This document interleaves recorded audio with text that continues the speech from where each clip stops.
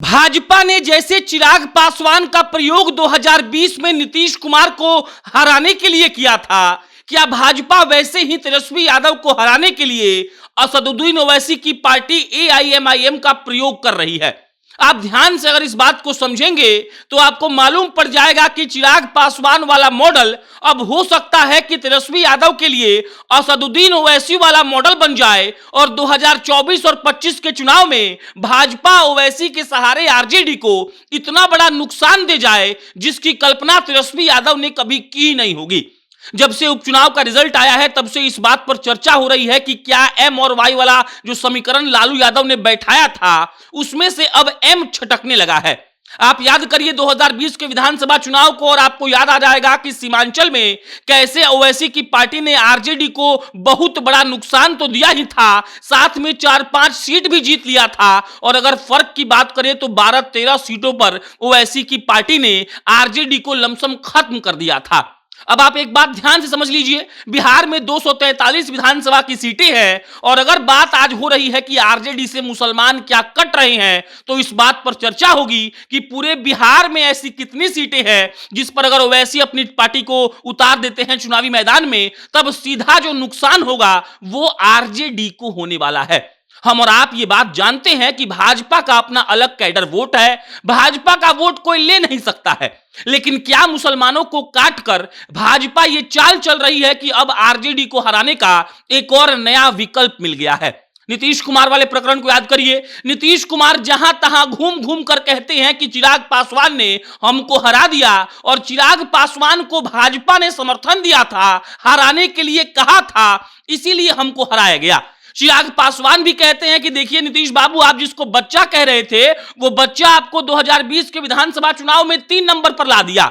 और अब इस बात की चर्चा नए सिरे से हो रही है कि क्या चिराग मॉडल की तरह ओवैसी मॉडल को अपनाया जाएगा और आरजेडी को बर्बाद करने के लिए भाजपा वालों ने यह नया गेम प्लान सोचा हुआ है। अगर ओवैसी की पार्टी लमसम 35 सीटों पर चुनाव लड़ती है 2025 के विधानसभा चुनाव में तो सीधा नुकसान आरजेडी को होगा और इसका मतलब यह है कि आरजेडी के 35 विधायक नहीं जीत पाएंगे। अगर आंकड़ों की बात करें तो 2020 के विधानसभा चुनाव में लमसम 40-45 सीटें ऐसी थी जहां जदयू को एलजेपी यानी कि लोक जनशक्ति पार्टी जो अब रामविलास हो गई है चिराग पासवान वाली, उन्होंने उनको हरा दिया था। और वैसे ही अगर ओवैसी का प्रयोग भाजपा वाले करते हैं और जैसा कि ओवैसी पर इस बात का आरोप लगा है कि भाजपा की बी टीम ओवैसी है, तो लगातार इस बात पर अब सवाल उठ रहे हैं कि क्या तेजस्वी यादव मुसलमान वोट को अपने पास नहीं रख पाएंगे। आप एक और बात समझिएगा, तेलंगाना में भी उपचुनाव था लेकिन वहां ओवैसी की पार्टी चुनाव नहीं लड़ती है, लेकिन बिहार के उपचुनाव में गोपालगंज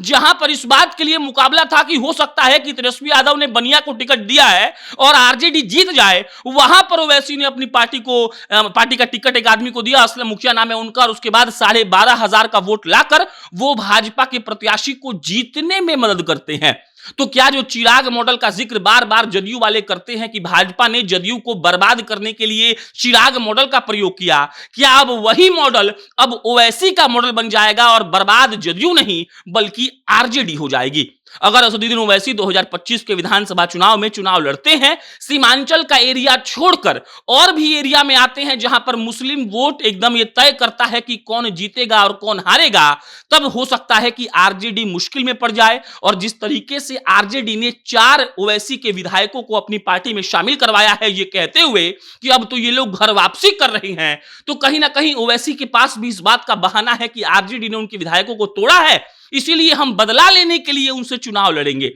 और समझ लीजिए इस बात को कि अगर भाजपा ने ऐसा कर लिया तो हो सकता है कि आरजेडी कहीं की भी ना रहे। आरजेडी इस बात को लेकर दम भरती रहती है कि देखिए एम और वाई का समीकरण तो ऐसा समीकरण है जो कोई तोड़ नहीं सकता है, लेकिन क्या भाजपा ने इसकी फुल प्रूफ प्लानिंग कर ली है कि ओवैसी को हम मैदान में उतारेंगे और उसके बाद तेजस्वी यादव का जो सबसे बड़ा वोट बैंक है 15-16%, 18% का, उसको हम लोग खा जाएंगे। आप देखिए सीमांचल का एरिया तो ऐसा एरिया है जहां पर मुसलमान ही ये तय करते हैं कि विधायक कौन बनेगा, लेकिन बिहार में ऐसी कई सीटें हैं लमसम 30, 35, 40 के आसपास जहां मुसलमान निर्णायक भूमिका में है। मतलब उनकी आबादी 40-45 हजार के आसपास है और एक तरफ जहां मुसलमान ढलक जाते हैं वो सीट उसी पार्टी को मिल जाती है। तो क्या भाजपाइयों ने बातचीत कर लिया है एआईएमआईएम से और ये बात अब निर्णायक मोड़ पर पहुंच गया है कि आप आरजेडी को बिहार में हराइए? भाजपा ये बात जानती है कि मुसलमान इकट्ठे तौर पर कभी उनको बिहार में वोट नहीं करेंगे। और क्या भाजपाइयों ने बातचीत कर ली है ओवैसी की पार्टी से कि आप यहां पर आरजेडी को हराइए और हमारा जो काडर वोट है वो तो हमको मिलेगा ही,